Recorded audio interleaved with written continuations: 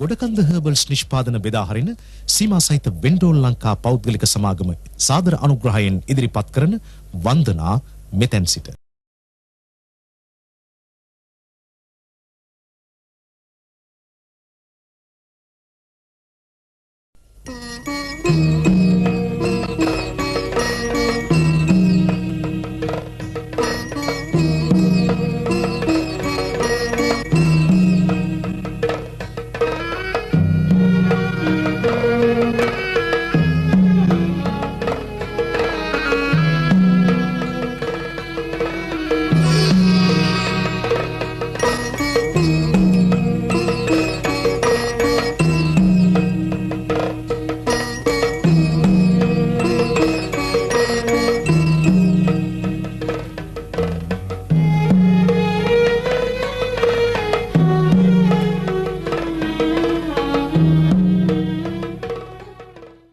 අපි හැම මාසයකටම එකවරක් වන්දනා වැඩසටහනක් කරන්න කොහේ හරි ඈත පිටිසරකට යන්න පුරුදු වෙලා ඉන්නවා. මම හිතන්නේ ඒක අපි ලැබපු වාසනාවක් කියලා හිතෙනවා. මොකද මේ බෝ කොළවල සුළඟට සෙලවෙන මේ සිලිසිලි හඬ මම හිතන්නේ කැලේ තියෙන කිසිම ගහක මෙච්චර මිහිරි නාදයක් නිකුත් කරන්නේ නැති තරම්. මොකද මේ බෝපත්වල සිලිසිලි හඬ පුදුමාකාර නිවීමක් හිතට සැනසීමක් ගෙන දෙනවා. මම ඉන්නේ ඊටාත්ම පැරණිම බෝධියක් අසල මෙවර වන්දනා වැඩසටහන කරන්න ඇවිල්ලා. ඉතින් මේ මද සුළඟ ඔබට දැනෙනවා ඇති. ඊටමත් ඇඟ නිවන සිත නිවන මෙවන් සුළම් පොදක් ලබන්න අපි මේ මාසයකට වරක් මෙවන් වැඩසටහනක් කරන්න යම්කිසි පූජනීය සිද්ධාස්ථානයක් හොයාගෙන යන්න ලැබීම මම මුලින් මතක් කරා වගේ අපි ලැබපු වාග්යක් කොට අපි සලකනවා.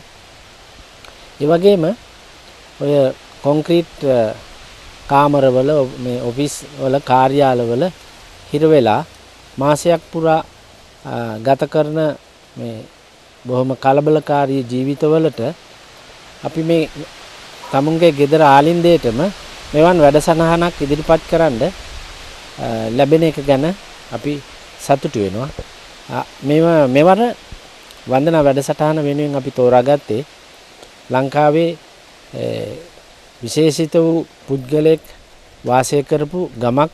මම හිතන්නේ නම කියපු ගම තනින්ම ඔයගොල්ලෝ අඳුරන ඊ타මාත්ම දර්ශනීය ගම්මානයක්. මම හිතන්නේ ගමක සුන්දරත්වය දකින්න නම් මේ වාගේ තැනකට එන්න ඕන.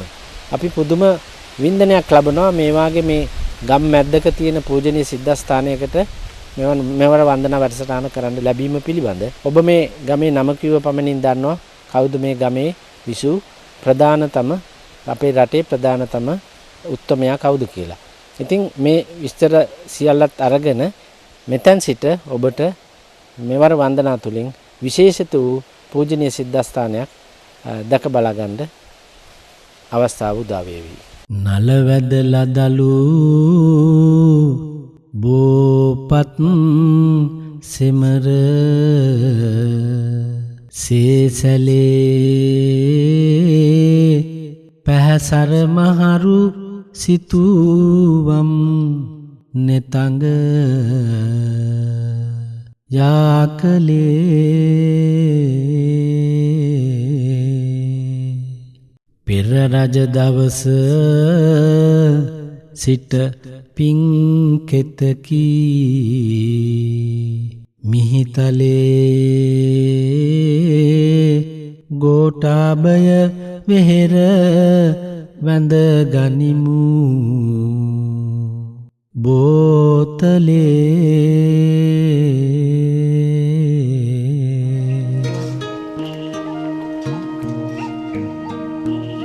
වරකාපල හන්දියෙන් මේරිගම මඩම පාරේ පැමිණ බෝතලේ වලව්ව පසු කර බෝතලේ හන්දියට පැමිණ ඉන් වමට හැරී මීටර 500ක් පමණ පැමිණි විට පුරාවිද්‍යා ස්මාරකයක් වන බෝතලේ ශ්‍රී ගෝඨාභය රජමහා විහාරය හමු වෙයි.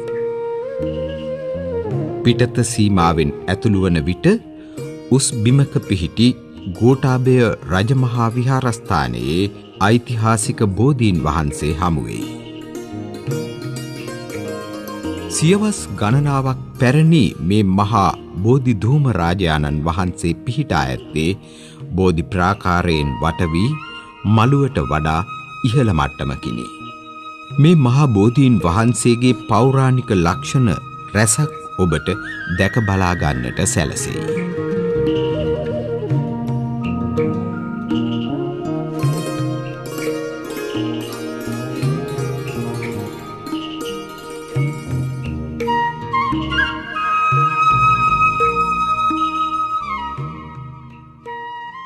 අපි මේ වාඩි වෙලා ඉන්නේ අවුරුදු 1700කට වඩා පැරණි බෝධින් වහන්සේගේ පාමුල. ඒ බෝධින් වහන්සේගේ එක ශාඛාවක් තමයි මේ අපිට මේ දකින්න තියෙන්නේ. මේ ශාඛාවකින් ඔබට හිතා ගන්න පුළුවන් වෙයි මේ බෝධින් වහන්සේගේ වයස ප්‍රමාණය කොච්චරද කියලා. ඉතින් අපි උන්වහන්සේගෙන් අසා දැනගමු මේ බෝධින් වහන්සේගේ මේ ඉපැරණි බෝධින් වහන්සේගේ මේ ආරම්භය කෙසේද යන වගේ. මේ බෝධීන් වහන්සේ අනුරාධපුරයේ රජ කරපු ගෝඨාභය රජතුමා තමයි මෙහෙට වඩම්මගෙන ආවේ. ගෝඨාභය රජතුමාට පෙර අනුරාධපුරේ රාජධානිය රජ කළේ සිරිසංගබෝ රජතුමා. එතුමා රාජධානිය අත්හැරලා වනගත වුණා තපස් රැකීම සඳහා. ඒ වනගත වීමට එතුමා තෝරාගත්තේ අත්තනගලු වනය. මේ අත්තනගලු වනයේ එතුමා තපස් රකින්න සිටින අවස්ථාවක එක්තරා මගියෙක් අනුරාධපුරයේ සිට කියලා කියනවා ගල්වල රට කියලා කියනවා. ඒ මගියා පැමිණිලා මේ අත්තනගලු වනයේ දිවා ආහාරය සඳහා සූදානම් වෙනකොට ඒ මගියා දුටුවා ඒ අසල ඉන්න තාපසතුමෙක්. ඒ තාපසතුමාටත් තමන්ගෙන දිවා ආහාරය පිළිගන්නවා. පිළිගන්නට පස්සේ තාපසතුමා ඒ මගියාගෙන් ඇහුවා ආගිය තොරතුරු සතුරු සාමීචි කතා කියලා කියනවනේ. ඒ ආගිය තොරතුරු අහන ඒ මගියා ප්‍රකාශ කළා මම අනුරාධපුරයේ සිටන් පැමිණියේ කියලා. ඊට පස්සේ තාපසතුමා අහනවා අනුරාධපුර ප්‍රදේශයේ දැන් තත්ත්වය කොහොමද? ගෝඨාභය රජතුමා හොඳ රාජ්‍ය කරනවද කියලා. ඒ තොරතුරු අහනකොට මගියා ප්‍රකාශ කළා අනේ තාපසතුමනි අපේ පින්වත් සිරිසංගබෝ රජතුමා හිටියා. එතුමා රාජධානිය අත්හැරලා වනගත වුණා. දැන් ගෝඨාභය රජතුමා කල්පනා කරලා තියෙනවා එතුමා නැවත රාජ්‍යයටපත් වෙයි කියලා. නිසා රාජ්‍යයටපත් වුණොත් මහ විනාශයක් කරනවා. එතුමාට රජකම නැති වෙන්න පුළුවන්. ඒ නිසා ගෝඨාභය රජතුමා ප්‍රකාශ කළා තියෙනවා අඬබෙර ගහලා තියෙනවා සිරිසංගබෝ රජතුමාගේ හිසගෙනා කෙනෙකුට මසුරන් 1000ක් දෙනවා කියලා. එයා දැන් මේ වෙනකොට විවිධ පුද්ගලයෝ එක එක පුද්ගලයන්ගේ හිස් ගසාගෙන ඇවිල්ලා රජතුමාට ඉදිරිපත් කරනවා. රජතුමාව ප්‍රතික්ෂේප කරනවා මේ සිරිසංගබෝ රජතුමාගේ හිස නෙවෙයි කියලා. දැන් මේ අවස්ථාවේදී සිරිසංගබෝ මේ තාපසතුමා ප්‍රකාශ කරනවා මම තමයි ඒ සිරිසංගබෝ කියලා. මගියා තරමක් බයටපත් වෙනවා. ඒ වුණත් ඊට පස්සේ සිරිසංගබෝ තාපසතුමා කියනවා නැහැ ඔබ බය වෙන්න එපා මම තමයි සිරිසංගබෝ උඹට මගේ හිස දබා දෙන්නම් කියලා. එතෙන්දී ප්‍රකාශ කළා මගියා අනේ මේ තාපසතුමා කොහොමද මේක ඔප්පු කරන්නේ කියලා. මගේ හිස අහසට විසි කරන්න.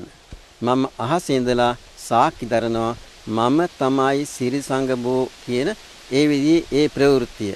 අනේ එතෙන් පස්සේ තමයි රජතුමා අත්තනගල්ලට පැමිණිලා ඒ දේහය ආදාහන කරලා තියෙන්නේ. දෙවනුව අනුරාධපුරයට ගිහිල්ලා මේ ඒ පූජනීය ස්ථානය බවට පත් කිරීමට මේ ඓතිහාසික බෝධීන් වහන්සේගේ ශ්‍රී මහා බෝධිහරන් වහන්සේගේ ශාඛාව වඩම්මාගෙන ප්‍රවේණි 18ක් සහිත ඒ පිරිවර සේනාව සංවිධානය කරගෙන එතුමා ඒ කාලේ අද වගේ යාන වාහන පාගමනින්ම අනුරාධපුරයේ සිට යාපහුව කුරුණෑගල දඹදෙණිය හරහා මේ අලව්ව ප්‍රදේශයේ මෙකිට මා ඔයෙන් මා ඕරුස්සාව කියන තොටුපළෙන් මෙගොඩ වෙලා මේ පෞරාණික මේ ශ්‍රී මහා බෝධීන් වහන්සේ පීඨ මේ භූමියට පැමිණලා මේ ස්ථානයේ රාත්‍රියක් ගත කරලා තියෙන මේ භූමිය තමයි ඒ බෝධීන් වහන්සේ තැන්පත් වෙලා තිබෙන්නේ. මේ දැන් තියෙන වර්තමාන තත්ත්වය පිළිබඳ මේ පණිවිඩයක් කියනවා නම් බෞද්ධ ජනතාවට අනුරාධපුර යුගයේ ආරම්භ වුණාට වරින් වර මේ ස්ථානයේ විනාශයට පත් වෙලා තියෙනවා. දඹදිව යුගයේ වෙනකොට මේක දීප්තිමත් ස්ථානයක් බවට පත් වෙලා තියෙනවා. ඒ දඹදිව යුගයේ රාජ්‍ය කළ 6 වෙනි පෙරකුම්බා රජතුමා මේ විහාරස්ථානයේට ගම්වර පූජා කරලා තියෙනවා. ඒ ගම්වර පූජා කරලා තියෙන්නේ මේ තඹ සන්නසකින්. ඒ තමයි මේ තඹසන්නස පනාවල කියන ගම්මානයට දීලා තියෙන තඹසන්නස. ඒ දීප්තිමත් යුගය. ඊට පස්සේ ආයේ මේ යුගයේ මේ ස්ථානයේ නැවතත් පසුවස වෙලා නැත්නම් අභාවයට ගිහින් තිබෙනවා. නුවර යුගයේ වෙනකොට මේ ස්ථානයේ ටැම්පිට විහාරයක් තිබුණා. ඒකේ දැනට තියෙනවා ශේෂව ටැම්පිට විහාරයේ උළුවස්ස තියෙනවා. ඒ වගේ තිබුණු ස්ථානීය භූමියේ ගල් කණු තියෙනවා. ඒ වගේම එහි ප්‍රතිමා වහන්සේ දැනට මේ ඉදිකර තියෙන බුද්ධ මන්දිරයේ තැන්පත් කරලා තියෙනවා. මෙහි මේ සේනානායක උතුමන් මම හිතන්නේ මේ වලව්ව මේ අල්ලපු ඉඩමේ තියෙන්නේ. ඉතින් එතුමන්ගේ ඒ પરම්පරාවත් මේ බෝධින් වහන්සේත් එක්ක සම්බන්ධයක් තියෙනවද කියලා දැනගත්තොත් විශේෂයෙන් මහියංගණයෙන් අනුරාධපුරයට පැමිණිලා අනුරාධපුරයෙන් තමයි ඒ පිරිවර සේනාව සමග එතුමාලා සේනාවේ නායකත්වය ලබාගෙන මේ ගම්මානයට පැමිණි. ගෝඨාභය රජතුමා සමග. ඒ පැමිණිලා මේ ගම්මාන එක්කම නැවතුණා. නැවතුණා. ඒ නායකත්වයේ ගත එදා ඉඳන් තමයි ඒ සේනානායක පරපුරේ ආරම්භය මේ ප්‍රදේශයේ සිදු තියෙන්නේ. බෝතලේ සේනානායක පරපුරේ ඇත්තන්ගේ ධර්මශාස්ත්‍රීය වර්ධනයට දායකත්ව ලබා දුන් මේ පින්බිමට සේනානායකවරුන්ගේ නොමඳ අනුග්‍රහය ලැබී ඇති බව විහාරාධිපති පූජ්‍ය කඩිගමුවේ පේමානන්ද නායක ස්වාමින් වහන්සේ පවසති. ශ්‍රී ලංකාවේ ප්‍රථම අග්‍රාමාත්‍ය මහාමාන්‍ය ඩී.ඒ. සේනානායක මැතිතුමාණන් ප්‍රමුඛ බෝතලේ වලව්වේ දානපතියන් වෙත පැවති සර්වඥ ධාතුන් වහන්සේ තැන්පත් කර ඇති පූජනීය කරඬුව දැන් වැඩ සිටින්නේ මෙම විහාරස්ථානයේ ධාතු මන්දිරයේය.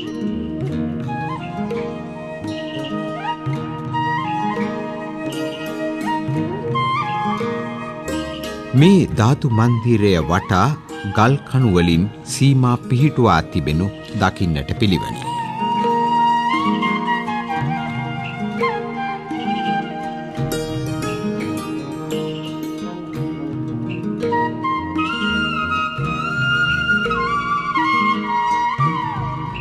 සියක් වසරකට ආසන්න අතීතයක් ඇති තෙමහල් ධර්මශාලාව විහාර මළුව පසෙකින් අදත් විරාජමානව සිටි.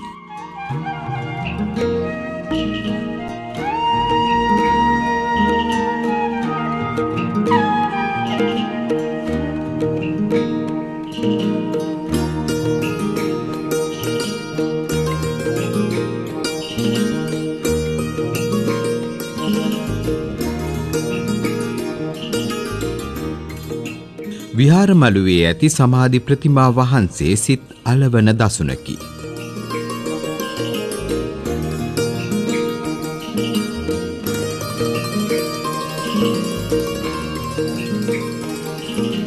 විහාරස්ථානයේ මළුවේ මට්ටමට ඉහළින් පිහිටි සුවිසල් නා වෘක්ෂය වටා ප්‍රාකාරයක් ඉදිකර තිබීමද විශේෂත්වයකි. මේ නාබෝධිය අතිශයින් දීර්ඝ අතීතයක උරුමයක් බව ඒ වටා ඇති පෞරාණික ආරක්ෂිත බැම්මෙන්ද පැහැදිලිව පෙනේ. බෝතලේ ශ්‍රී ගෝඨාභය රජමහා විහාරස්ථානයේ පෙර පැවති ටැම්පිට විහාරයේ ලී උළුවස්ස අදත් දකින්නට ලැබේ.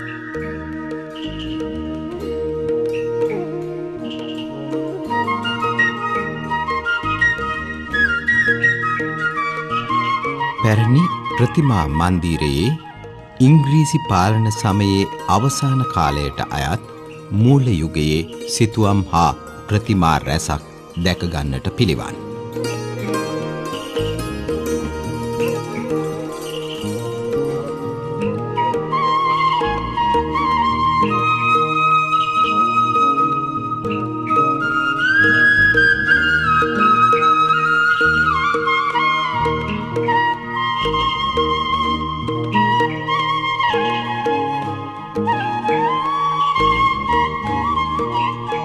විහාර මන්දිරයේ ඇතුළත විෂ්ණු දෙවියන්ගේ ප්‍රතිමාවකි.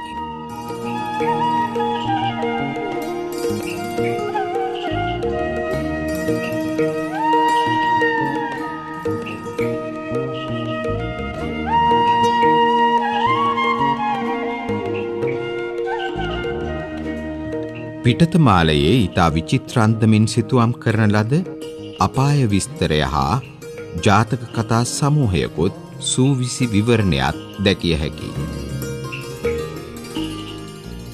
මේ සිතුවම් අතර ඇති විශේෂත්වය වන්නේ අපාය විස්තරය හා ප්‍රේත ලෝකය පිළිබඳ මෙබඳු සිතුවම් වෙනත් විහාරස්ථානයක දකින්නට නොලැබීමයි.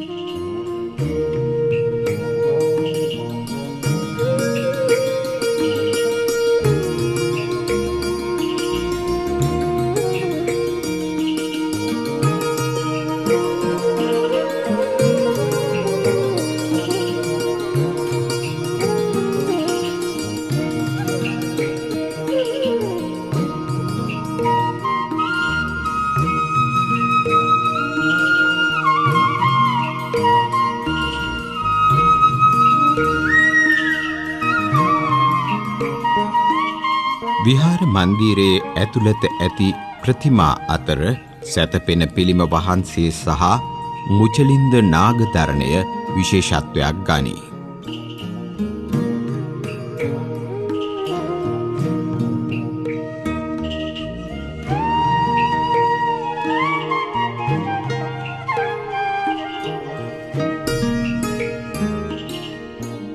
මෙම සැතපෙන පිළිමය හා ඔත් පිළිමය වටා ඉතා විචිත්‍රත්වයෙන් යුතු සිතුවම් සමූහයක් ඇඳ වර්ණවත් කොට තිබේ.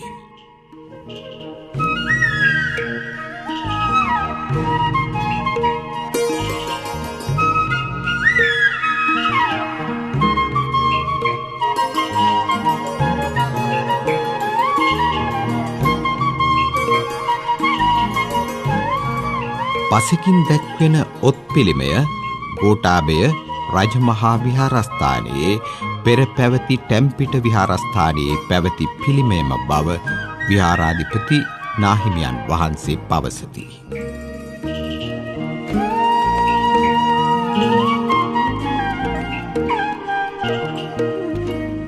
බෝතලේ ශ්‍රී ගෝඨාභය රජමහා විහාරස්ථානය සාමණේර ස්වාමීන් වහන්සේලාගේ ධර්ම ඥානය වර්ධනය කරමින් පලාතේ ශාසනික හා ආගමික මෙහෙවර වඩාත් මැනවින් ඉටු කරමින් ප්‍රදේශයේ දානපතියන්ගේත් දායක දායිකාවන්ගේත් ගෞරවයට පාත්‍ර වෙමින් විරාජමානව සිටී.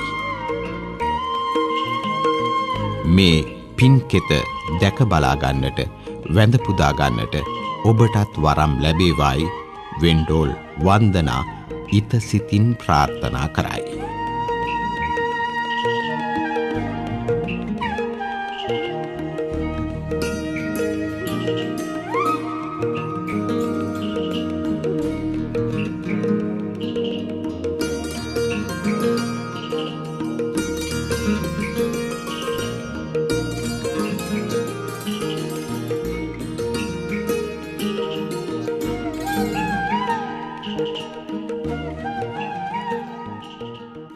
දිවයින පුරා ආර්ථික දුෂ්කරතා ඇති පුණ්‍ය භූමි සහ දහම් පාසල් සඳහා රුපියල් 50,000ක මුදලක් පූජා කෙරෙන අතර සතියකට එක් පුණ්‍ය භූමිය බැගින් සෑම මාසකම පුණ්‍ය භූමි 4ක් තෝරා ගැනේ.